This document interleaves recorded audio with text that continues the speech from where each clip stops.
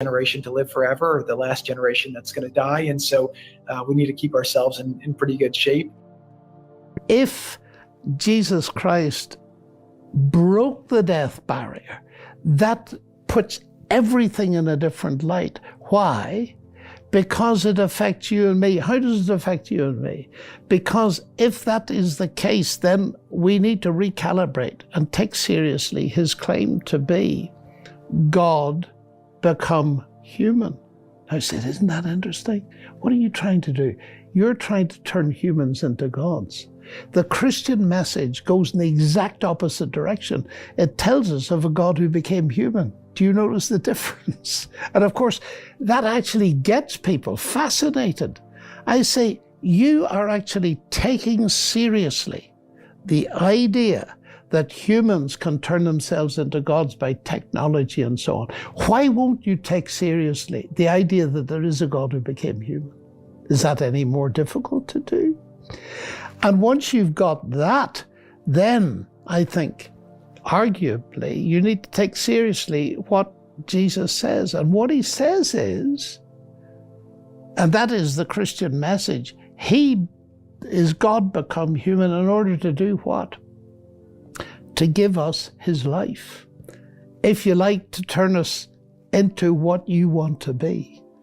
Because the amazing thing about this is that the central message of the Christian faith to you and me is the answer to the transhumanist dream. One, Christ promises eternal life. That is life that will never cease. And it begins now, not in some mystical, transhuman, uncertain future, but right now. Secondly, because he rose from the dead, he promises that we will one day be raised from the dead to live with him in another transcendent realm that's perhaps even more real, probably more real, is more real than this one.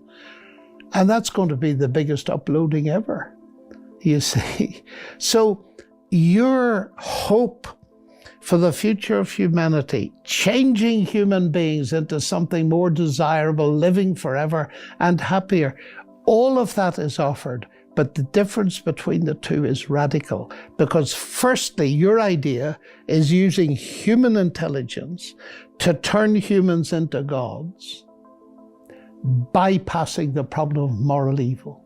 But what I'm saying, John, is that I believe even more strongly than ever that we've got, as Christians, a brilliant answer and a message to speak into this that crosses all the boxes, but it means facing moral reality, which is exactly at the heart of the scariness with which some people approach these issues.